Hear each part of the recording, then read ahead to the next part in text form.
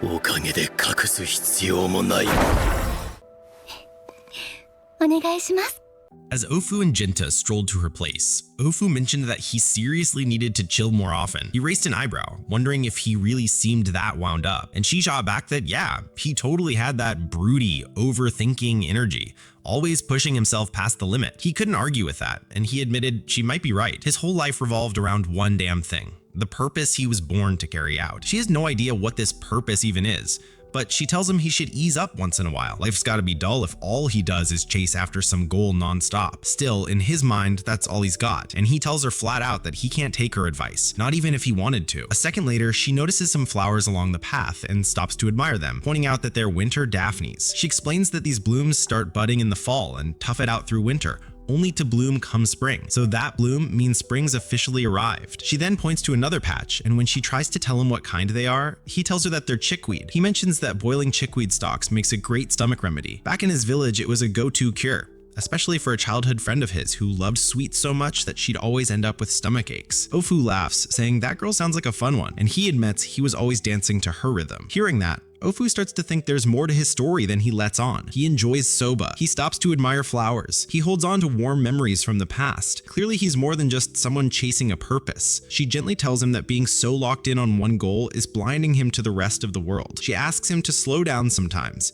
Take a moment to live in the now. If he does, she's sure he'll see things he's never noticed before. Not long after, they arrive at her house and notice that the lights are still on. So, Ofu realizes her dad must have stayed up waiting for her. She then thanks him for walking her home, and as she turns to leave, he asks if she'll teach him more about flowers sometime, but next time, preferably while the sun's still out. She smiles and agrees, then heads inside. That's when Mosuke turns off his invisibility and comments that Ofu seems like a good woman. Jinta nearly jumps, completely shocked that Mosuke had been tailing him the whole time. Mosuke dodges the question and walks off, saying he's heading out to keep looking for the slasher. And once again, the night ends with Jinta camping out on the bridge, waiting in silence for the killer to show. A drunk guy then stumbles past Jinta, and right then, the slasher shows up out of nowhere and attacks him. The woman behind them drops to her knees in shock. And that's when Jinta finally gets a good look at the slasher for the first time. It lunges at him, but he blocks the strike, and the girl, still in disbelief, starts to panic. Jinta warns her to stay put if she wants to stay alive. Then he moves the fight away from her to keep her out of harm's way. But the slasher sees an opening and tries to circle back and go after the girl. Before it can get close, Mosuke jumps in and pulls her to safety while Jinta follows up with a counterattack. Realizing it's completely outmatched, the slasher decides to bail and shoots off into the air to escape. After it's gone, Jinta apologizes to Mosuke for letting it slip away, but Mosuke brushes it off, saying it was tougher than he thought it would be. Still,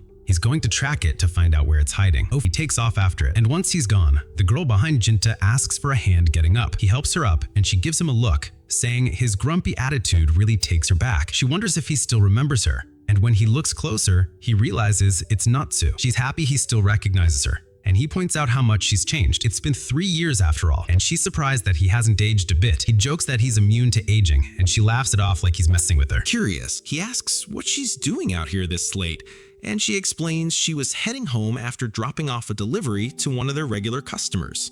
He notes again how different she seems. Her smile looks more natural now, and she tells him that just proves she's not a kid anymore. Right then, Zenji shows up and teases her, saying she's not quite an adult yet, which clearly catches her off guard. He then spots Jinta and instantly jumps to conclusions, asking if the two of them are wrapped up in some kind of romance. Jinta quickly shuts that down, telling him Natsu just got attacked by a serial killer. Zenji then notices the body nearby and totally freaks out. He suggests they call for the authorities, but Natsu says that won't help because this was the work of a demon. Jinta confirms it, saying it's the same demon he's been chasing for a while, and Natsu just got caught in the crossfire. So Zenji then jokes that Jinta really has a habit of surrounding himself with demons, and Natsu trams to ask how he's making a living these days. He tells her he's still working as a demon-slaying ronin, and if she ever wants to see him again, she can find him at a soba shop in Fukagawa called Ka.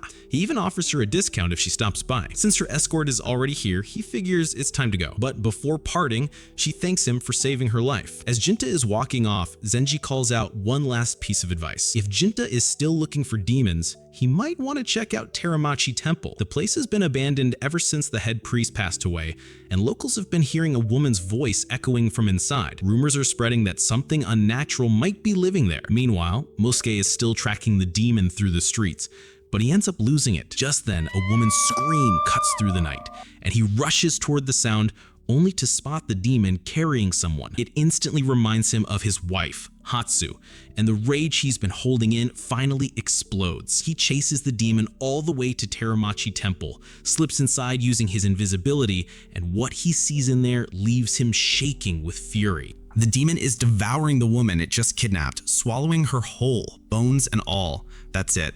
Musuke can't hold himself back anymore. He charges in, dead set on ending the thing, convinced it's the same one that murdered Hatsu. But the demon senses him coming and tears into him with its claws, shredding his gut open. Then it calmly goes back to its meal, chewing through the woman's head while Musuke lies on the ground, bleeding out and wondering if this is how he's going to die. Pathetic and empty, without even getting his revenge. Eventually, the demon leaves, and not long after, Jinta shows up. He spots Musuke barely hanging on and kneels beside him. Musuke manages a weak grin, joking that he really made a mess of himself. Jinta asks if he found the demon, and Musuke confirms it, saying it was here, eating women alive. It's the same monster that took his wife. Jinta is stunned to hear that, especially about the eating part. Then Musuke makes one final request. He asks Jinta to avenge him and hands him a sword forged in Kodono, saying it'll slice through any demon like butter. Jinta promises to do just that, but in return, he asks Musuke to lend him his power. Musuke is relieved and grateful that he can still help Jinta one last time, even if it's with his dying breath. Then Jinta absorbs Musuke's power, and as he does, he catches a glimpse into his soul. He sees that Musuke had spent most of his life running from demons, constantly looking over his shoulder. But when he finally settled in this town, he began living like a regular human, and for the first time, he found peace. Eventually, he met the woman who would become his wife, and over time, they fell in love. When things got serious, he came clean about his true nature, revealing that he was actually a demon. But instead of running away, she looked him dead in the eye and told him she loved him. So human or demon, it didn't matter to her. After seeing that, Jinta finishes absorbing Musuke's power and quietly promises to carry out his final wish. Some time passes and we see the demon dragging another woman into its hideout and starting to feed. As it eats, it starts recalling the day it first became self-aware. It had already been born into this grotesque demonic body. From the beginning, it had this instinct, this need to kill men. That urge was the only thing it understood at the time. Since then, it had been searching for something. It didn't know who or what it was looking for, just that it needed to go home, but it didn't even know where home was. The only thing it was sure of was that it couldn't return in its current state, so it kept abducting women. It believed they carried something its body lacked. That's why it devoured them, so it could consume what was missing and finally find a way back. Back in the present, the demon continues its feeding frenzy when suddenly, Jinta shows up. He's surprised the creature would come back here after its lair was exposed. Without hesitation, he attacks using invisibility, slicing off one of its hands in a clean strike. The demon lashes back, but Jinta dodges every blow, keeping just out of reach. It bolts across the temple, trying to go on the offensive, and Jinta admits that its power is kind of a pain to deal with. But this time, he is armed with Musuke's power. He dodges every strike again, then drops his invisibility and lets the demonic aura in his arm flare. He then tells the demon that he's going to end it by using the gift Musuke entrusted him with. Jinta then charges in, vanishing at the last second, and in one clean motion takes its head off. The demon is still clinging to life, gasping in pain, and Jinta walks up to it, demanding an answer. He asks why it left Musuke's wife's body untouched when it devoured every other woman it captured. If it really was the killer Musuke was hunting, then why didn't it consume her completely? The demon starts crying, saying it needed a body. It couldn't go home without one. Jinta doesn't understand what it's talking about, but he remembers the question the demon asked him earlier, if he feasts too. He tells it, yes, he does, except he feeds on demons the same way it fed on women. Now, he's going to consume its power. As he absorbs the demon, he ends up seeing into its soul. He sees Hatsu, Musuke's wife, being violated by two men while they're laughing before tossing her into the river like trash. As she sinks, her final thoughts are about going home, but she refuses to return in a body that's been defiled. Instead, she searches for another vessel, one that can help her make it back to her husband. That's when she spots a nearby demon, and now it becomes clear to Jinta that this demon was Hatsu, and she just wanted to go home.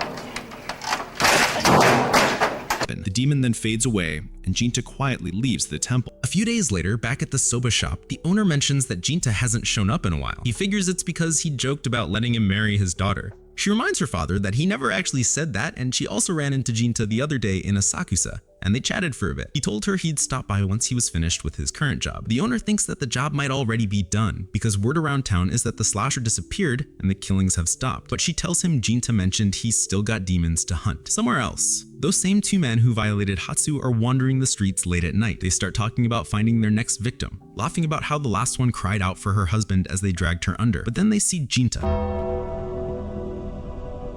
He steps forward without a word and cuts both of them down in a single strike. Looking down at their bodies, he says nothing, just hopes that Mosuke can finally rest in peace now that Hatsu has been avenged. Then he walks away. We then see a young girl softly singing a chilling melody, her voice wrapping the air in an unsettling, ghostly vibe, and she falls silent the moment the last note fades. Right after, the focus shifts to a samurai making his way toward Ofu's soba shop, and just as he reaches the entrance, he witnesses someone confusing him for someone they're looking for. As he tries to approach that person, he accidentally crashes into Natsu, who immediately panics upon realizing she just collided with a samurai, apologizing profusely. He doesn't take it personally though, and he apologizes as well, admitting that he should have been paying more attention. The owner of the shop then steps in to reassure Natsu, telling her not to worry because this man is Natsugu. He may be a samurai, but he's well known around here for being gentle and kind-hearted. The next morning, we find Natsugu sitting in the shop again, quietly staring at his soba, but the owner notices that he looks troubled. Curious, the owner asks him what's on his mind, and Natsugu admits that something has been bothering him. The owner offers to hear him out, and Natsugu confides that it's about his older brother. The owner is shocked to hear this since, as far as he knows, Natsugu is the heir to the Miura family, so there shouldn't even be an older brother. But Natsugu is completely sure he once had an older brother, and asks Ofu if she's ever heard of him, revealing that his name was Sadanaga Miura. Ofu says she hasn't, and Natsugu expected as much, since nobody seems to remember his brother, not even his own damn family. He started questioning his own sanity, but the owner tries to lighten the mood. Ofu then chimes in saying she knows someone who might be able to help, and her father adds that the guy's a regular customer too, with a habit of poking his nose into all kinds of strange cases. Now Itsugu wonders aloud if the man might be some kind of diviner or shaman, which makes Ofu and her father burst out laughing. They explain that he's nothing that fancy, just a ronin who, for some reason, goes around solving bizarre incidents for a price. The owner adds that although he can come across as intimidating, he's actually very kind with some funny quirks. He drops by the shop every single day just to scarf down their soba. And right on cue, Jinta steps into the shop. Jinta places his order as usual, and as he eats, the owner jokes that he must really love their soba if he keeps coming back every day. But Jinta casually replies that it's nothing special, he's just grown attached to the taste. Ofu then comes over to pour Jinta a refill of tea, and he notices that she's gotten a lot better at waitressing. She's happy to hear the compliment and asks him what progress he's made recently. Jinta tells her all about the different flowers he's been learning about lately. He admits that plants are surprisingly fascinating, and now he can't help but notice all the flowers blooming by the roadside. Hearing that, she smiles and tells him that since they've already covered all the seasonal plants, it's time for her to start teaching him about mythological flowers next. Just then, Naotsube interrupts their conversation. Naotsugu says that he heard Jinta as someone who deals with rumors of demons and other weird phenomena. Jinta confirms that's true, and Naotsugu asks that he could possibly help him solve a mystery, but Jinta refuses, saying that his specialty is limited to demon slaying, and unless demons are involved, he's not going to be much help. Naotsugu seems to understand, but leaves looking pretty disappointed. After he's gone, the owner asks Jinta if he could reconsider and lend Naotsugu a hand. He explains that Naotsugu is looking for his missing big brother, and he's been worried sick about it. Ofu chimes in too, urging Jinta to help. And after a moment, Jinta agrees, since he does owe them both a favor. He's still curious though, why they care so much.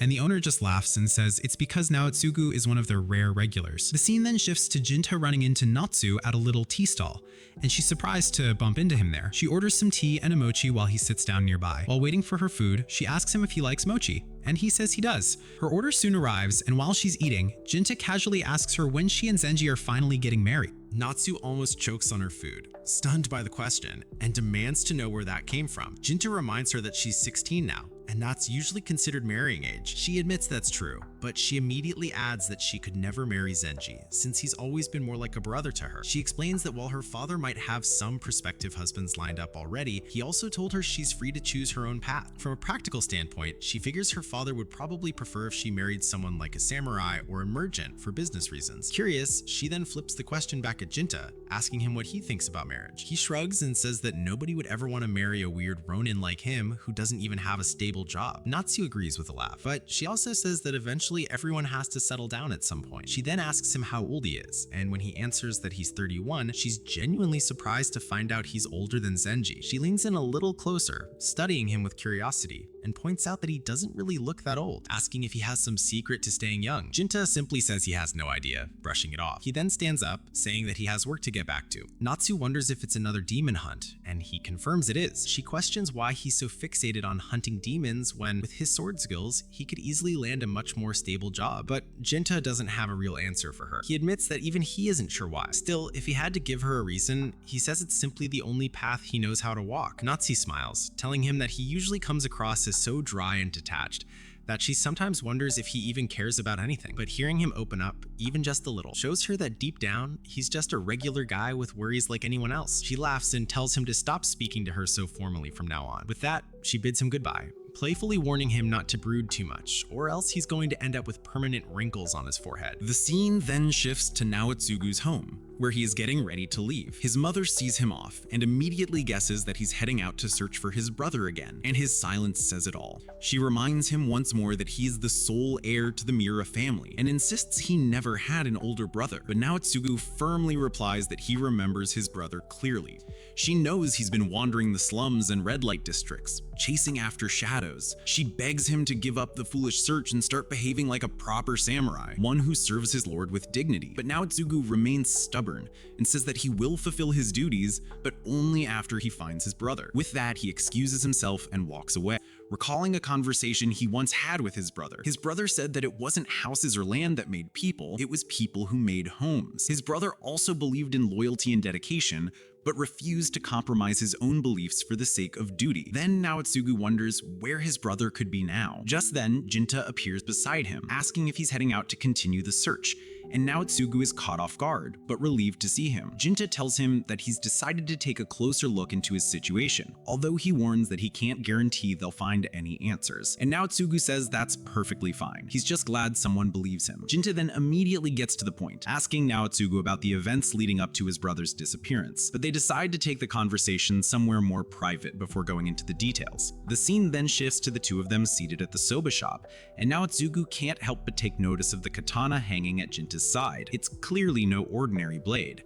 Its craftsmanship is far too refined. Curious, Naotsugu remarks on how odd it is for a ronin to carry such a high-quality weapon, and wonders aloud whether Jinta might have come from a samurai lineage. Jinta shakes his head, explaining that he didn't. He recounts how he once stayed in a remote mountain village known for its forge bellows, home to blacksmiths who specialized in crafting katanas. While there, he served in a role that required him to wield one, and now he serves a similar purpose once more. The blade he carries was authorized by the shogunate, so he has official permission to keep it at his side. Naotsugu hazards a guess, asking if Jinta might be from Kodono. Jinta raises an eyebrow, impressed by the accuracy. Naotsugu grins, explaining that he suspected it when he saw the design of the scabbard. He admits he's something of a katana enthusiast, and he's read that one hallmark of Kodono blades is their scabbards, unassuming in design, but elegant in their subtle craftsmanship. Jinta confirms that this particular blade was once a sacred artifact enshrined in the village. It ended up in his hands due to circumstances he'd rather not get into. Naotsugu leans in, intrigued, and asks for the blade's name. Jinta answers that it's called Yarai, and Naotsugu lights up at the mention of it, speculating that the name might derive from an old phrase tied to warding off evil or purifying spirits. Brimming with excitement, asks if Jinta would be willing to draw the sword and show it to him. Jinta politely declines, and Naotsugu quickly backs off, apologizing for getting carried away. With that aside, Jinta says it's time they get to the heart of the matter. Naotsugu then shares his story, how his older brother suddenly vanished without a trace, and no matter how far he searches, he finds nothing. What's worse is that nobody seems to remember his brother ever existing, not even their own parents. Everyone insists that Naotsugu is the Miura family's sole heir. A few people admit the name Sadanaga rings a faint bell, but even they eventually insist there must be a mistake. Naotsugu has no choice but to accept that he's the only person who still recalls his brother's existence. The shop owner, overhearing the heavy subject, gently cuts in, suggesting that if they're going to discuss something so serious, they might want to move somewhere more private. But Jinta shakes his head and jokingly says that it's fine because this place doesn't get much traffic. But then he adds that it was because Ofu and her father both seemed genuinely worried about Naotsugu, and that's why they came to talk here. Jinta then asks Naotsugu when exactly his brother vanished, and Natsugu replies that it was near the end of January. He remembers that right before his disappearance, his brother mentioned going to meet a girl. Not long after, Natsugu found some flowers in his brother's room. He couldn't identify what kind they were, but they had a strong, lingering scent. The flowers were small, with delicate white petals and a bright yellow center. And it struck him as odd because his brother was never someone who cared for flowers. Since no one else had been in the room besides him, Natsugu figured his brother must have left them there himself. Jinta considers this and asks if he still has the flowers. Natsugu nods, saying that he kept them preserved, thinking they might serve as evidence if anything ever came to light. Hearing that, Jinta asks if he can visit Natsugu's house tomorrow to take a look himself. Natsugu hesitates for a moment, then agrees. The scene then shifts to Jinta arriving at the soba shop again the next day, and he notices that Natsu is already there. He places an order for soba, and the owner seems amused that Jinta has started calling Natsu so casually. He teases Ofu, saying she might need to step up her game, and she quickly tells her father to stop talking nonsense. Ofu comments that the two seem to be getting along, and Natsu casually replies that it's nothing special. Jinta then asks Ofu how well she knows Natsugu, and she says they aren't particularly close, but they talk now and then when he visits the shop. She's curious why Jinta is asking, and he simply replies that he was just wondering. Ofu says Natsugu has always been respectful in their conversations and comes across as a genuinely kind and sincere man. Natsu realizes they're talking about the samurai she bumped into the other day, and she agrees because she found him to be humble and polite too. The owner chimes in saying Natsugu seems nice and all, but he becomes overly enthusiastic whenever swords are brought up. That reminds him, so he grabs something to show everyone, and it's a kagai. He explains that Natsugu's family serves as vassals to the shogun, so it's expected for them to possess tools like this. But Natsugu once gave him this particular kagai, which is traditionally carried by samurai. The owner adds that Natsugu is completely obsessed with swords. It's practically the motivation behind everything he does. He even recalls overhearing Natsugu's mother scolding him for this obsession, and Jinta asks if he's had any dealings with her. The owner says no, he's only ever caught a glimpse of her, but based on what he's heard, she's quite the fearsome woman. The owner then hands the kagai over to Jinta, who's reluctant to accept it at first since Natsugu gave it as a gift, but the owner insists he has no use for it. Eventually, Jinta agrees to take it, deciding he'll hold on to it for now. He then turns to Ofu and asks if the flowers Natsugu mentioned the other night were daffodils, and she confirms they were. But Jinta finds it hard to believe since Natsugu described them as being small. Still, he really hopes they're anything but daffodils. We then cut to the same young girl from before, and she reflects quietly to herself that the place she's in now used to be her garden of joy, where she spent her childhood, but now she knows she can never return there. We then see Jinta arriving at Naotsugu's residence, where his mother immediately notices the unexpected visitor. She eyes him carefully and asks who he might be, prompting Jinta to offer a respectful introduction. She greets him in return, her tone both kind and inquisitive, before turning to her son for more context. Jinta explains that he's from Kadono, the village famous for its master blacksmiths. Naotsugu adds that Jinta is a samurai he met not long ago, someone who shares his deep passion for swords, and he invited Jinta over for a drink. Then the two step inside. Before they get far, Naotsugu's mother thanks Jinta, which catches him off guard. He asks what for, and she tells him her son has been going through a rough patch lately, but today he seems lighter and happier, so seeing that as his mother makes her grateful, and that leaves Jinta quietly touched by her words. Next, we find them seated in a quiet room, and Jinta notes how kind Naotsugu's mother seems. Naotsugu shrugs it off, calling her a bit much, then changes the subject by showing him the flowers left behind in his brother's room. Jinta leans closer to inspect them and confirms that they're definitely daffodils. Naotsugu asks if there's anything special about them, and Jinta replies that they're not particularly rare, but they're smaller than normal. He then asks Naotsugu if he's absolutely sure he found these blooming during spring. Naotsugu nods without hesitation, and Jinta's expression darkens. He tells him the girl that Sadanaga met might not have been human. Sadanaga could have been pulled into another dimension,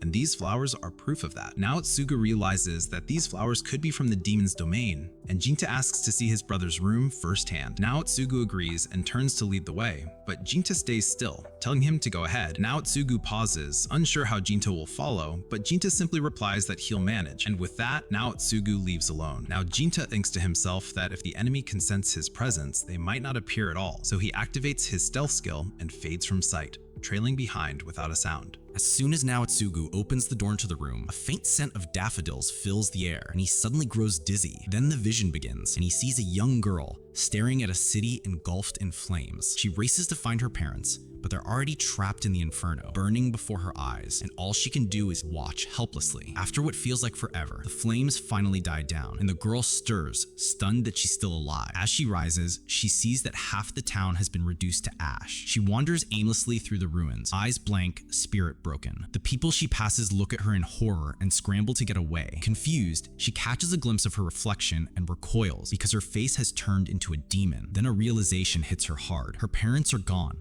her home destroyed, and every piece of her past ripped out from the roots. Worst of all, she no longer recognizes herself, so there's no way she can ever return to the peaceful life she once had. With no one to turn to, she masked her identity and faded from society, surviving in secret as the years crept by. Eventually, she found her way back to the ruins of her old home, only to see it rebuilt, now occupied by strangers. So something in her cracked. She longed more than anything to return to the life she'd lost, and that desperate longing awakened a strange power inside her, one that let her forge a new dimension, a dreamlike world where she could relive her memories again and again. Back in the present, Naotsugu jolts awake inside that illusion, and Jinta informs him that they've stumbled into the dimensional echo tied to his brother's room. Naotsugu looks around, confused by the strange world they're standing in, and Jinta asks if he saw the girl in her burning house just now. Naotsugu says he did, right before spotting a familiar figure. It's his brother, Sadanaga, laughing, smiling, playing with the girl from his vision. But something feels off, because these aren't real events, they're frozen echoes, a memory looping on repeat. And then the scene shifts. Sadanaga now turns to the girl and asks what she'd like him to make today. She tells him he should stop coming back and just go home to his family, but instead he insists on making his favorite soba for her. She pleads with him to leave because she can't go on like this. This garden, this world,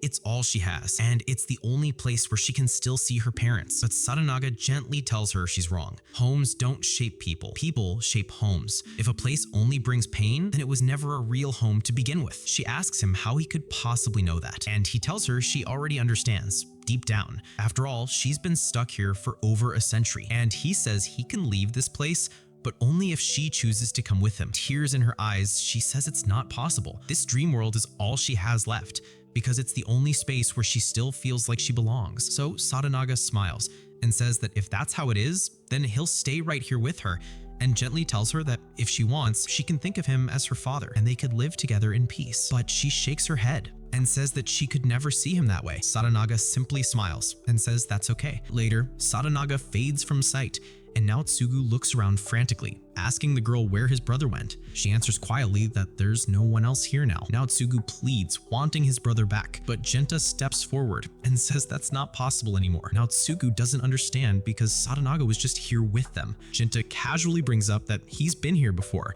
prompting Naotsugu to ask what he means. He explains that certain flowers only bloom in certain seasons, and the tiny daffodils Naotsugu pointed out earlier are usually a winter bloom. But back when Sadanaga vanished, he saw those exact same flowers blooming in the middle of spring, the same season Sadanaga disappeared. He explains that this dimension exists beyond the bounds of their own world.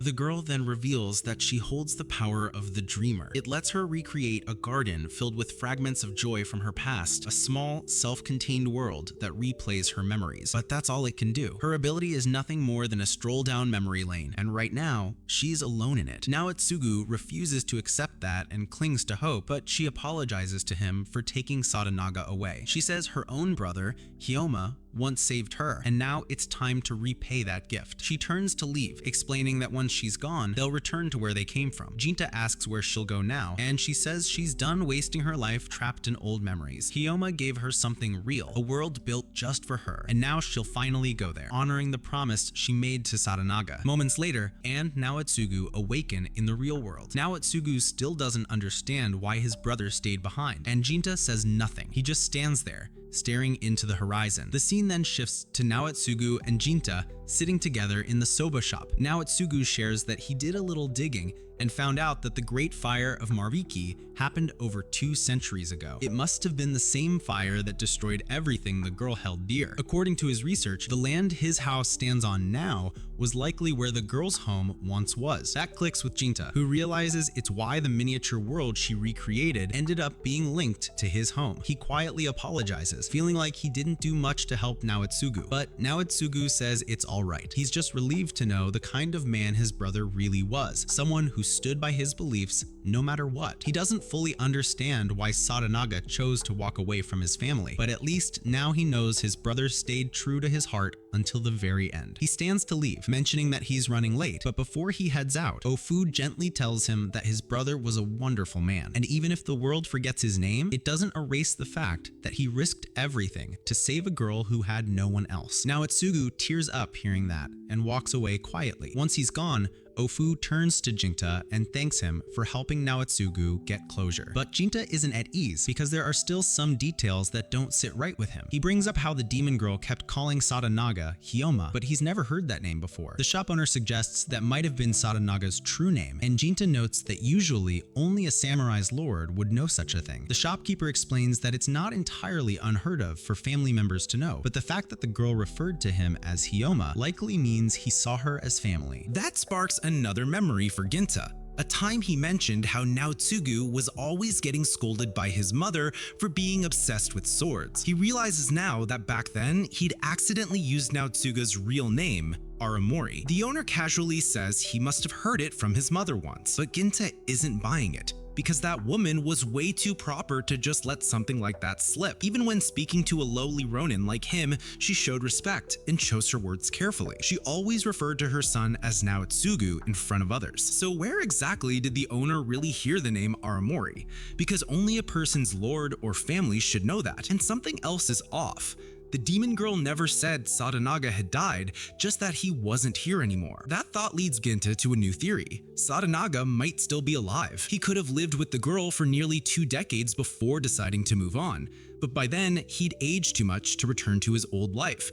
So instead, he slipped into the city, found a cheap old house, and quietly started over, running his own soba shop. Ginta asks if he's incorrect, but the shop owner still won't budge. He insists that Sadanaga may have simply passed away from old age while still trapped in the other dimension. But Ginta isn't convinced. He recalls the girl's expression, and it wasn't the look of someone who had lost someone. She was smiling, and that smile told him she'd found a new father. Once again, Ginta calls him out, stating plainly that the shopkeeper is Sadanaga. After a moment, the owner quietly admits that Ginta is right. He wonders how long Ginta's known, and Ginta replies that he figured it out the moment everything came together. There had been hints scattered throughout, and one of the biggest was the kagai he carried. Ginta always thought it odd for a simple soba shop owner to have something like that. The owner smiles and explains it was actually a gift from Naotsugu, who got annoyed watching him scratch his itchy scalp in public and wanted him to look more proper. Ginta asks why he doesn't just tell Naotsugu the truth, that he's alive. Surely it would make him happy. But the owner says he's already made his choice, and he chose the girl. And after that,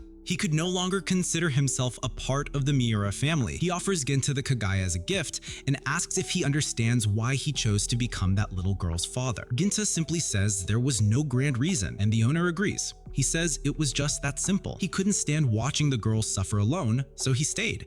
Ginta nods, understanding perfectly. The owner knew he would. After all, Ginta has lived long enough to gain some wisdom, and he also knows that Ginta is a demon. That catches Ginta off guard, but the owner explains that after living alongside a demon for more than 20 years, you start to recognize the signs. Curious, Ginta asks how the girl is doing these days. The owner looks over and says, "She's right here."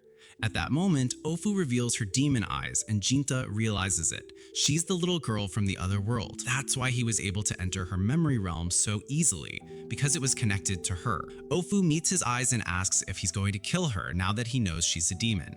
But Ginta just sighs, brushes past it, and calmly orders a bowl of soba. She lights up with a quiet smile, glad to see that there's more to him than duty alone.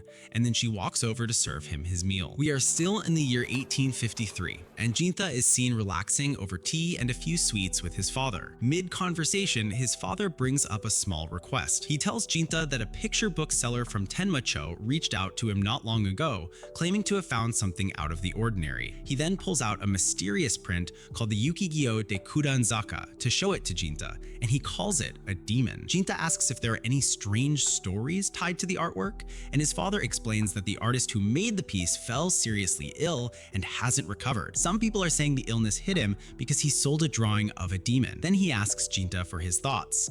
At first glance, Jinta says it looks normal, but he adds that things tied to the supernatural usually only reveal themselves under specific circumstances. His father agrees and says that if the print turns out to cause harm, he hopes Jinta will handle it. Jinta nods, and his father reassures him that he's not asking for a free favor. He says once it's all taken care of, they should grab a drink together, and Jinta is fine with that. The next day, we see Jinta stopping by the soba shop and ordering a bowl. Zenji walks in and pulls out a version of the Yukigyo of Kuranzaka, telling him that it's supposed to be a cursed print. He says the previous owner died under mysterious circumstances, supposedly because of some kind of hex. Jinta immediately notices that the print is torn, and Zenji admits he accidentally ripped it on the way over. The owner scolds him for dragging a cursed ripped print into his shop, and Jinta pulls out his own copy of the picture and says it came from a picture book dealer in Tenmacho. But when they compare both versions, Zenji sees they're exactly the same. Jinta doesn't like the idea that more than one cursed print with no clear origin is floating around. Ofu then looks over the print and says it looks like nothing more than a beautiful artwork at first glance, and she asks Zenji if he notices anything strange about it. He points out that there's no fading or damage, and the colors still look fresh, probably printed within the last year. Zenji then says he knows the shop in Tenmacho and could easily find out who the artist is. So later, Zenji heads off alone to speak with the picture book seller, while Jinta waits nearby, hidden in the shadows. The shopkeeper greets him, joking if he's here to browse the newest selection of Veronic prints. But Zenji brushes it off and says they can talk about that another time. Right now, he wants to ask about the ukiyo-e of Kudanzaka. The shopkeeper admits that he's no longer displaying that one because it's been labeled a demon picture, and he's not willing to take that kind of risk. Zenji assumes it's just a rumor the artist started, but the owner says the artist actually fell sick and hasn't recovered, and there's even talk that someone who bought the picture died under mysterious circumstances. Soon after, Zenji returns and Junta immediately notices the print in his hand. Zenji quickly hides it and tells him he found out the artist lives in Sakicho. Junta nods and heads off, and we cut to him arriving at the artist's residence. After asking for permission, he enters, and the artist, Doshu Saga, welcomes him, saying he hasn't had a visitor in quite some time. Doshu asks who he is, and Junta introduces himself politely. He explains that he came to speak with him about a particular matter, but Doshu tells him to relax because he's not anyone of importance. Junta takes a seat and notices the room is scattered with paintings. He mentions he's heard that Doshu has been bedridden, but Doshu gently corrects him, saying it's not sickness, it's just that he's no longer as resilient as he once was. His body can't handle painting the way it used to, and Junta realizes that the demon painting isn't responsible for his condition. Doshu asks if Singendo sent him, but Junta says no. He just came to inquire about the demon print he created. Doshu is clearly flooded with memories at the mention of the picture, so Junta explains that he's investigating its origin and wants to know the truth behind it. Doshu understands and starts by explaining the name. He says Kudanzaka doesn't refer to a road in Edo, but to the woman depicted in the artwork. Junta wonders if that's the woman's name, but Doshu says it's not exactly that. Long ago, a man wielding a Kodono-style blade gave the piece that name. The man's name was Motoharu, and he often visited this place. At that, Junta realizes he's talking about his foster father, and he recalled his final moments with him. During those final moments, he felt powerless, unable to even protect the one woman he truly cared about, and felt useless. He admitted to Junta that at first he wasn't fond of Yokaze, but being chosen as the guardian of a shrine maiden wasn't the worst fate. Even though he could never quite understand her, little by little, he found himself wanting to shield the very person who once made his life harder. He believed he could do it, but everything eventually changes. He looked Junta in the eye and told him not to end up like him, not to become a man who lets bitterness define who he is. And then, without hesitation, he walked into battle and never came back. Now in the present, Junta asks Doshu to tell him more about Motoharu, revealing that Motoharu had raised him as his foster father. Doshu agrees, saying there's no way to discuss the origin of the Kudanzaka artwork without bringing up Motoharu. He starts his story by saying it all began when he was still just a beginner artist struggling to find his place in Edo. He had managed to rent a small place in Edo, and during his time there, he caught sight of a woman around the neighborhood. Curious, he asked her name, and she replied that she couldn't tell him, not because she was hiding something, but because she could physically not lie. So she simply asked him to refer to her as Nameless. Over time, they got to know each other better, and she would sometimes stop by to look at his work. He once told her that he was going to become Edo's most renowned artist, and she laughed, thinking he was just messing around. Then one day, Motoharu arrived to deliver a message from the Itsuki Hime. He complained the whole time about how ridiculous it was for a guardian like him to be sent out running errands. Doshu teased him, asking why he always had something negative to say about the Shrine Maiden. Motoharu explained that he took the role believing it was something honorable, but instead, she had him running letters like a delivery boy. He even joked that she was worse than any demon he'd ever heard of. According to Doshu, Motoharu would visit Edo every year, and without fail, he'd be full of complaints about the Itsuki Hime. This catches Jinta off guard because, apparently, Motoharu had only ever shown him his serious, noble side. Doshu continues and shifts back to the picture itself, explaining that he made the artwork back when Nameless was still living nearby. Later on, Singendo came along and wanted to publish it, so Doshu redrew a master copy for woodblock reproduction, and that's how the printed version started circulating. Jinta wonders aloud if the image was based on Nameless herself, but Doshu tells him it's not quite that simple. Then, Jinta asks the real question, why he called Kudanzaka a demon picture. Doshu quietly replies that it's because it is one. The painting is real, and it carries an actual curse. But before Doshu begins telling the full story, he turns to Jinta and asks what thoughts crossed his mind when he first laid eyes on the artwork. Jinta replies that it reminded him of the legend of Princess Nunakawa from Shinano, but the sword in her hand made him suspect it might be linked to Kadano and the Itsuki Hime. Doshu nods, saying that's a sharp observation, then warns that the truth behind the painting might be something Jinta will wish he hadn't heard. He begins explaining, telling him that Motoharu had come to Edo year after year on business, often stopping by to vent and then heading home. But at some point, his attitude toward the Shrine Maiden started to shift, and one day, out of nowhere, he asked Doshu to draw a portrait of her. Doshu teased him about it, but Motoharu admitted that he no longer resented her because he had come to understand that she had her reasons for the things she did. Doshu agreed to take on the request, but there was one problem. He had never actually seen the Itsuki Hime in person. Motoharu brushed it off and said it wouldn't be an issue because Nameless could serve as the model. He told Doshu that Nameless originally came from Shinano, but something tragic happened to her there, and afterward, she ended up living in Kadano and eventually made her way to Edo. Doshu found the story interesting, but wasn't sure how any of that would help him draw the Shrine Maiden. So Motoharu told him that Nameless and Yokaze were far more alike than anyone realized, and visually they were practically indistinguishable, that the figure in the Kudanzaka painting must be modeled after Yokaze. Doshu confirms that he's right, saying that the final portrait was drawn based on Nameless, with Motoharu's input guiding the finer details. When Jinta asks about the whole demon picture story, Doshu explains that it was all a running joke. Motoharu used to say the Itsuki Hime was more demonic than any real monster, and so Doshu dubbed the portrait a demon picture as a jab at those complaints. It was meant as a joke between them. But years later, when he redrew the image for Singendo out of nostalgia, he made the same joke again, and they took it seriously. They thought it really was cursed, and suddenly people were calling it a cursed image. Jinta then asks what Doshu meant earlier when he said he might regret learning the truth, and Doshu responds by asking Jinta if he sees Kudanzaka as a beautiful piece. He explains that no matter how many times he revised the picture, Motoharu was never satisfied. He kept pushing for more elegance, more grace, always wanting it to reflect a kind of beauty that went beyond reality.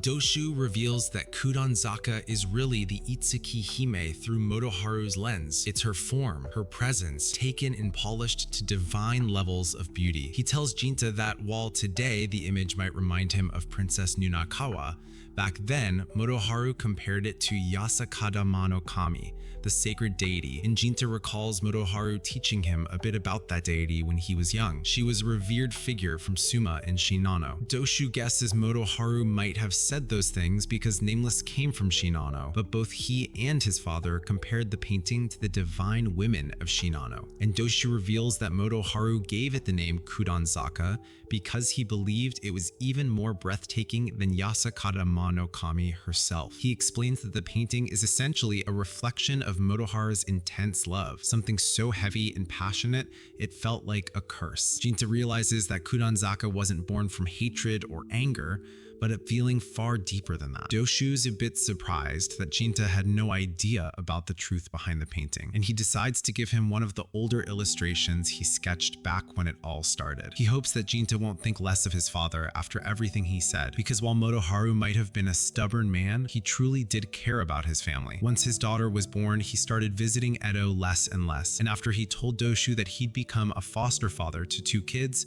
he stopped coming altogether. That's just the kind of man he was, and Jinta already knows it. Later, Jinta is sitting in the soba shop, quietly eating a bowl, and he tells the owner that he really was a good dad. Ofu asks if something's bothering him, and wonders if it's got anything to do with the Kudanzaka painting. Jinta tells her it's nothing like that. He just happened to learn something new about the man who raised him. Ofu tells him that sounds normal because nobody's perfect. Her own dad's got flaws too, but she loves him all the more because of them. And Jinta agrees with her. Jinta then meets up with his real father later and lets him know that the painting isn't dangerous and the demon part was really just the artist's own regrets. Father then brings up the person who supposedly died because of it, but Jinta says that was probably just a freak coincidence. He also mentions that he took possession of the print that person had on them. His father nods, thanks him for the work, and tells him he'll hand over the payment once he's ready to head out. But for now, they should just sit and have a drink. They start drinking together, and Jinta asks if his dad always drinks like this. His father says he used to drink as a way to avoid dealing with real life, and over time it's simply turned into a habit. Then he turns the question back to Jinta. Jinta says he enjoys drinking, especially under the moonlight, every now and then. His father says they should drink together again sometime if the chance comes up, and Jinta agrees. We then move forward into the year 1854, where we see a demon woman approaching Jinta on a quiet street. She was once part of the pleasure district, and with a desperate look in her eyes, she begs him to stay with her for the night. Jinta, of course, calmly turns her down, but she presses him again, saying she's in pain. But still, he refuses her request without any hesitation. Suddenly, she completely shifts into a full demon form and lunges at him, but he evades her attack and continues avoiding her follow-up strikes. He asks for her identity, but she is beyond responding, and he ultimately kills her. His client, who requested his services, then appears on the scene. Convinced that his renown as a demon slayer is genuine, she hands over his reward, explaining that the woman he eliminated was once a former courtesan from Yoshiwara who had been imprisoned in a brothel and forced to work there. She was afflicted with a deadly sickness and was abandoned after being physically and emotionally destroyed, eventually transforming into a monster and beginning to murder men beneath the cherry trees. The client considers her fate incredibly tragic, prompting Jinta to question whether pity motivated her to employ his services. The client replies she engaged him only because she herself is similar to that woman and she may easily suffer the same fate someday. Knowing this, she couldn't simply ignore her, and she thanks him and says sorry for dumping something like this on him. The scene then shifts to Ofu and Natsu attending a festival by themselves, and Natsu is irritated that none of the boys they invited decided to show up. Ofu understands Jinta and Natsugu were occupied, but feels disappointed that Zenji didn't show either, especially since he initiated the invitation. Natsu reveals Zenji genuinely wanted to attend, but her father intervened, reminding him that holidays are prime opportunities for merchants to profit. Natsu then suggests they simply enjoy the festival by themselves, and Ofu happily agrees. They then stroll through the stalls, grab some snacks, and stop by a lantern plant vendor. Natsu questions why they're known as lantern plants, and Ofu tells her it's partly due to their vivid color, but others suggest it's because they resemble tiny flames. There are several theories, but nobody knows for sure how the name originated, and Ofu mentions their name can also be written using the kanji for demon and light, because they're shaped like lanterns. Some theorize that demons ignite them to see at night. Natsu asks her to stop before she ruins their charm completely. Ofu inquires if Natsu dislikes demons, and Natsu confirms she does, noting it's hard to find anyone who doesn't. She reveals she has been attacked twice by demons already, and would have died if Jinta hadn't intervened. Natsu explains she first encountered Jinta 4 years ago when he served as her bodyguard for just 2 nights. When she saw him slice a demon's arm off, she had the naive idea that he was a legendary swordsman straight out of a fairy tale. And Ofu comments that Natsu clearly has strong feelings for Jinta. Natsu insists that's not what she meant, clarifying she simply sees him as a figure from a children's story. However, she recalls the moment when Jinta admitted even he doesn't know why he hunts demons, noting it made him seem less like a masked swordsman and more like another fragile person. She recognized he wasn't so different from herself, which put her at ease. Natsu adds it's unfair to call these romantic feelings, since that would be disrespectful to women everywhere. And Ofu agrees, mentioning she's also noticed Jinta's bad habit of ignoring his true emotions. At that moment, a man named Akitsu calls out to them from his stand, and Ofu recognizes him, prompting Natsu to ask who he is. Ofu explains he's been a regular customer at her shop since last year, always ordering deliveries. He's originally from Kyoto, and the man introduces himself as Somogoro Akitsu III. Natsu is skeptical that he really is Somogoro Akitsu, one of the most renowned metalsmiths of their era. He urges her not to fixate on the name, but Natsu can't simply ignore it, emphasizing that as a merchant's daughter, names carry significant weight. She asks whether the goods he's selling truly live up to the Somogoro reputation and carefully examines his wares, conceding they're decent quality. Akitsu jokes about her tough standards and then proudly presents her with some intricately painted clamshells. Natsu observes that they're a bit old, but still beautifully crafted, and he suggests that a young lady her age probably has some boy she's interested in, so if she were to give him a gift like this, he's bound to fall for her. Natsu insists she isn't interested in anyone that way, but Ofu interjects, saying she's just being bashful, and does like someone, though she can't admit it openly. Natsu tells her to stop talking immediately, so the vendor instead offers her a netsuke, carved as a fluffy sparrow. He reveals he crafted this himself, and she recognizes it's not exactly Samogoro level, but still decent quality. He tells her it would suit someone her age perfectly, explaining in China there's a legend that sparrows become clams when they dive into the ocean. That's their explanation for why sparrows disappear in late autumn, and Natsu asks how that relates to her. He explains he thought a sparrow fit her better, since she's not mature enough for the clamshells yet, causing Ofu to laugh at the joke. Natsu gets irritated by this, but he clarifies he's not making fun of her and hopes her youthful feelings can mature into a clam someday. Natsu retorts that this entire conversation is nonsense, yet she decides to buy the Natsuke anyway, since it's rather adorable. As she pays, he hands her a genuine Somogoro hairpin as a bonus, prompting her to ask where he acquired it. He casually says he got it cheaply somewhere, and if she doesn't want it, he'll just toss it away. She quickly accepts the gift, and he asks Ofu if she'd like anything, but Ofu declines. He jokes about how tightly she's holding on to her money, and the two of them then move along. Later that night, Jinta is out hunting another demon in a warehouse, and he eventually locates it. Noticing it's merely a child, he asks for its name, and when it replies that it's Kiko, he promptly slays it.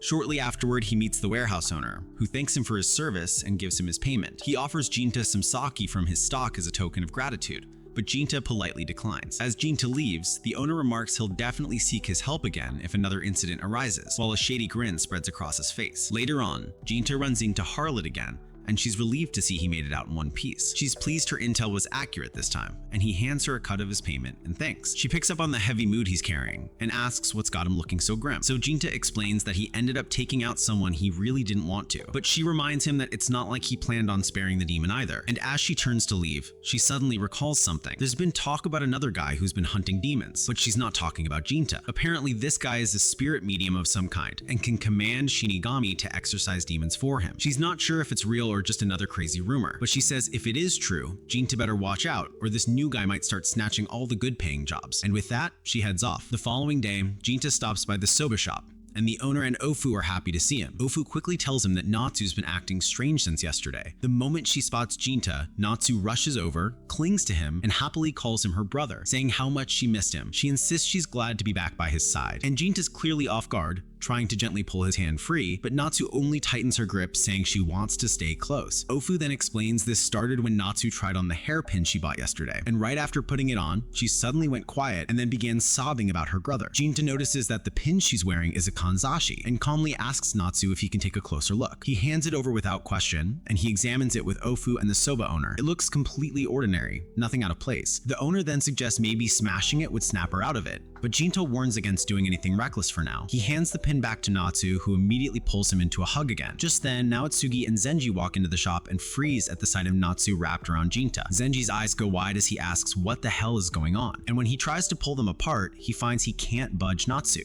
She glances at him and casually asks who he is, leaving Zenji stunned and speechless. After that, they all sit down together and break the situation down for Zenji and Natsugu. Jinta turns to Ofu and asks where they got the kanzashi from, and she tells him they picked it up during the Hizuki festival a few nights ago. It was being sold by a man named Somegoro Akitsu, who claimed to be from Kyoto. Jinta decides to begin by tracking him down, but Zenji drops a bombshell, saying Somegoro has been dead for quite a while. He explains that the original Somegoro was a master metalsmith whose work dates back decades. His pieces are still famous to this day, and even their shop struggles to get their hands on one. Ofu recalls that Natsu did say this kanzashi was a genuine Somegoro piece when she first saw it. Zenji wonders if this could mean Somegoro's spirit came back and possessed Natsu somehow, but the shop owner shuts shuts that down, saying he's actually met the man recently, and he was very much human. Jinta trusts the owner's read on the situation, but Ofu points out that this leaves them with barely anything to go on. Jinta figures he'll just have to find the guy directly, and tries to leave, but Natsu is still clinging to him tightly. He gently asks her to let go, but she refuses and says she's finally found him again and doesn't want to be apart from him anymore. Jinta tries to make sense of it and asks why she keeps calling him her brother. She softly replies that birds don't need a reason to settle near a flower, and she simply wants to stay by his side. Her only wish was to be near him again, and now that it's come true, she doesn't want it to end. Jinta speaks to her calmly, telling her he has something to do, and asks her to hold down the place until he gets back. She wants to follow him, but he pats her on the head and promises that he'll return soon. That's enough for her, so she agrees to wait,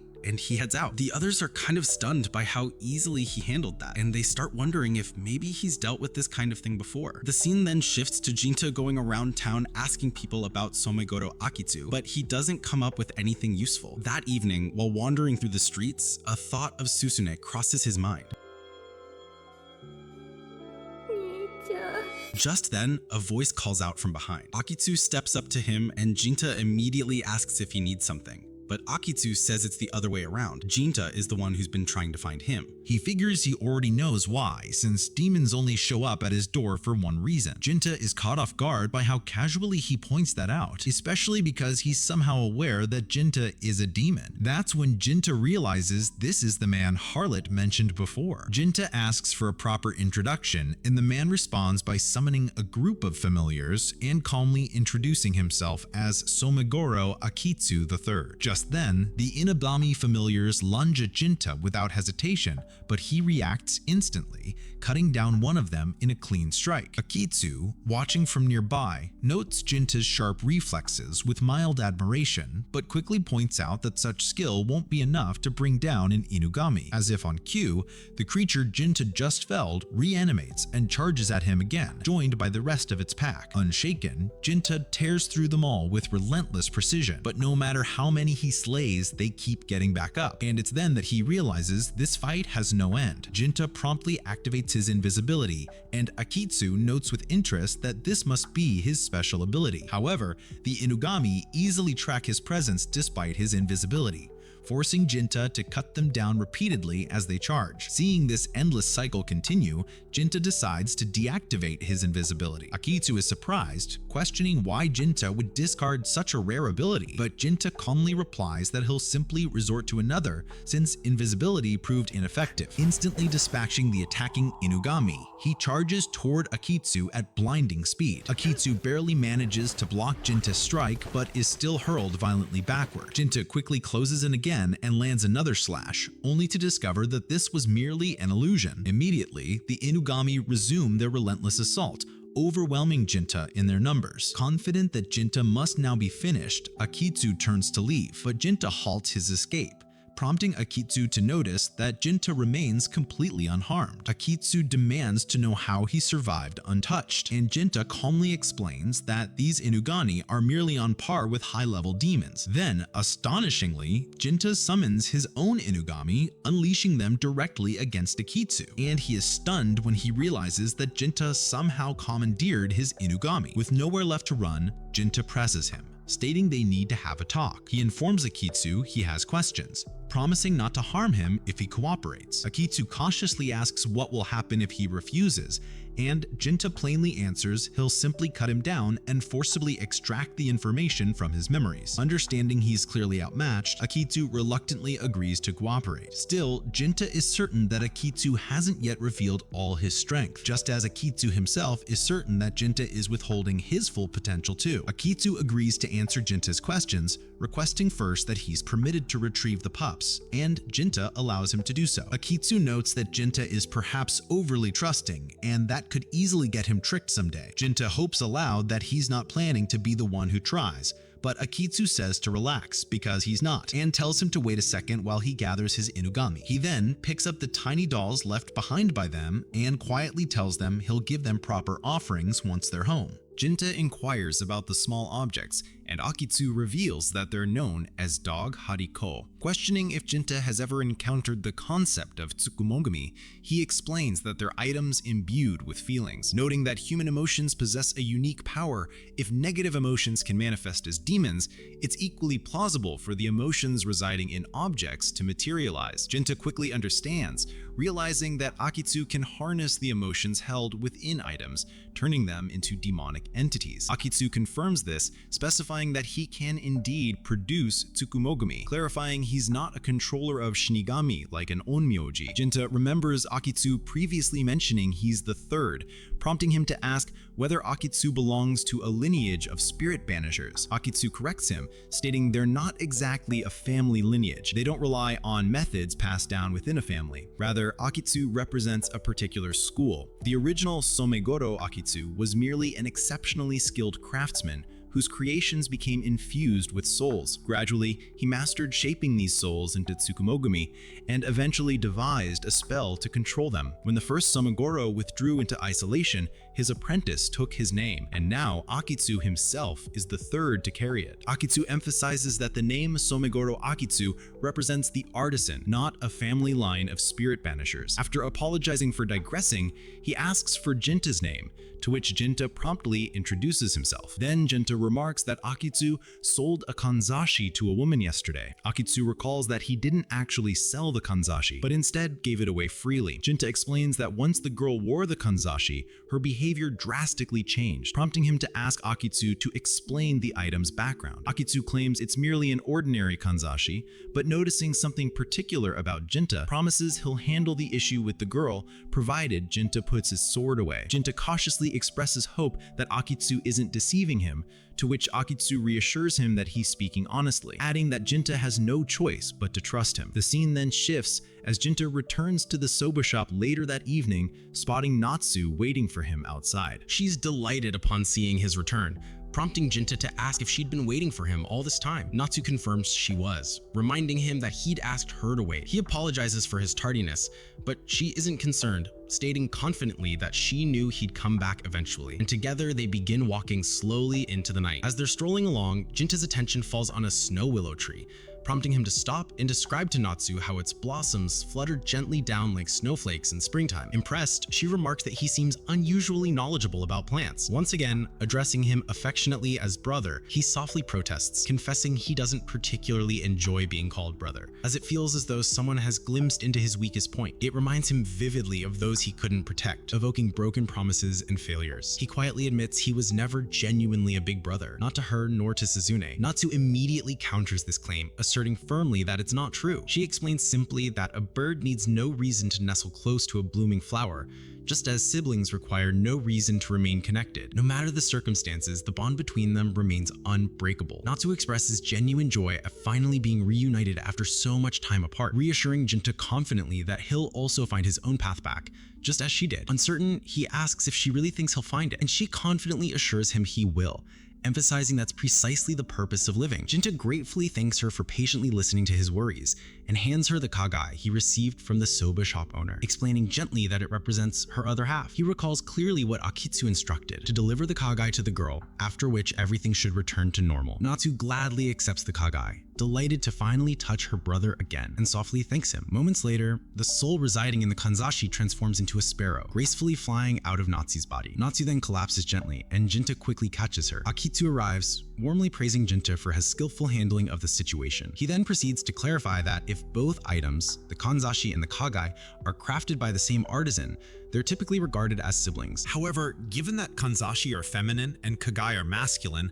they can specifically represent brother and sister. Akita surmises Jinta's kagai must indeed be another Somegoro creation, explaining the kanzashi recognized him as brother precisely because he possessed her matching sibling piece. Jinta reveals that initially, he believed the kanzashi embodied the emotions of someone long departed, which would explain why Natsu, while under its influence, desperately sought her brother, leading him to mistakenly conclude he must resemble the kanzashi's original brother. Akitat remarks lightly that those types of things only occur in fairy tales, prompting Jinta to realize that the kanzashi was simply seeking out the kagai. Reflecting quietly, Jinta marvels at how many mysterious and extraordinary things exist in this world, leading Akitat to tease him that those hardly sound like words coming from a demon. Akitat Akitat expresses relief that, ultimately, the Kanzashi could reunite with her sibling, prompting Jinta to wonder aloud where its next journey might lead. Akitat confidently replies that it'll probably venture somewhere distant, eventually settling in a place it truly feels connected to. He notes gently that they'll only discover exactly where when they someday ask the sparrow itself, and Jinta warmly hopes that it'll soon find its true home. After a pause, Akitat announces that it's time for him to leave, prompting Jinta to question if it's really acceptable for him to just let a demon go free. Akitat casually assures him there's no harm in it, reminding him pointedly that he previously overlooked Ofu's demonic nature, so letting another demon slide isn't exactly a huge stretch. By now, Akitat understands clearly that Jinta poses no real threat. He is just an artisan who only hunts demons on request. He has no desire to target peaceful demons who don't harm others. But he softly reminds both of them not to forget their true nature. They remain demons, forever destined to be the ones hunted. This reality won't ever change, regardless of how kind they act or how many people they save. Jinta quietly acknowledges this, and with relief, Akitat bids farewell and departs. The following day, Zenji is overjoyed seeing Natsu back to her usual self, though he's puzzled why she looks so glum. Ofu clarifies, teasingly, that Natsu vividly remembers everything from the previous day, prompting Zenji to mischievously remind her how sweetly she called Jinta brother. He gleefully suggests it must have been humiliating, provoking Natsu's fury as she threatens to kill him for bringing it up. Zenji quickly attempts to calm her down, and the shop owner offers her food as consolation. He casually wonders aloud why Jinta hasn't stopped by today, instantly causing Natsu to brush furiously upon hearing his name mentioned. Ofu playfully asks her if she's finally ready to become a clam, but Natsu stubbornly insists she's perfectly happy remaining a sparrow. Still mortified, she agonizes over how she'll ever face Jinta again. Meanwhile, Jinta crosses paths with Harlot while wandering the streets. He wryly comments that it's a bit early in the day for her to start charming men, but she swiftly replies that she just came over to say hello out of genuine concern. She scolds him gently for always being so cold toward her and suggests they chat since they've bumped into each other anyway, offering him some intriguing rumors that might be valuable to him. Just then, the sound of a sparrow chirping reaches their ears, prompting Harlot to mention she's been hearing that very sound since last night. She complains that she barely got any sleep because of it, finding it odd that the bird seems to be constantly nearby. She's puzzled about what's going on, while Jinta recalls Akitsu mentioning that feelings eventually find their way back to where they truly belong. Realizing this sparrow must be the same one that flew away from Natsu yesterday evening, Jinta stands in contemplation, leaving Harlot to ask him curiously what's on his mind. The story then moves forward in time to the year 2009, where Miyaka's mother praises her daughter for how beautifully she looks in her shrine maiden attire. Miyaka is embarrassed and asks her mother why she's so insistent about her becoming a shrine maiden, worrying it would be humiliating if any of her friends came by and saw her dressed this way. Her mother explains that this role is something any girl born into their shrine must fulfill, adding that her own mother had requested her to uphold two important traditions and pass them down through future generations. The first is to incorporate the character for Knight into the name of every daughter born into the family, while the second is to ensure that the Shrine Maiden bloodline is never broken. Miyaka wonders aloud why her grandmother would have requested something like that, but her mother confesses even she isn't entirely sure about its significance. Her mother gently continues, stating that even if they can't fully grasp the tradition's meaning, it must have been important to the person who originally established it. Therefore, protecting it isn't so much about the tradition itself, but rather about preserving the feelings behind it. That's why they must continue using the kanji for Knight in their names. She then leaves Miyaka alone to prepare dinner, leaving Miyaka confused and pondering what her mother had just explained, though she keeps sweeping the shrine grounds diligently, mostly to stay warm. Just then, Jinta approaches her and inquires if she's the Shrine Maiden, explaining he has something he'd like to ask her. Miyaka promptly corrects him, clarifying she's not merely a Shrine Maiden, but rather an Itsuki Hime. Hearing that title astonishes Jinta deeply, and though Miyaka admits she herself isn't sure what exactly an Itsuki Hime is, she informs him it's a traditional title held at Gintanjiwa Shrine. The mention of Gintanjiwa Shrine shocks Jinta even more, and tears well up in his eyes as he's overcome by the realization that the chief truly managed to preserve this place so he could one day return. With heartfelt gratitude, he thanks Miyaka sincerely for sharing this with him and turns to leave. Miyaka quickly stops him, reminding him he initially came to ask something, but Jinta gently replies he's already found the answer he was seeking and departs. The scene then shifts to a school entrance ceremony where Miyaka is among the new students attending. Unexpectedly, Jinta is also present for some reason, catching Miyaka completely by surprise as she notices him there too. This is the end of part 4 to 9, and part 1 to 3 is in the comments section. And if you liked the video, please consider supporting my channel by liking and subscribing. Thank you.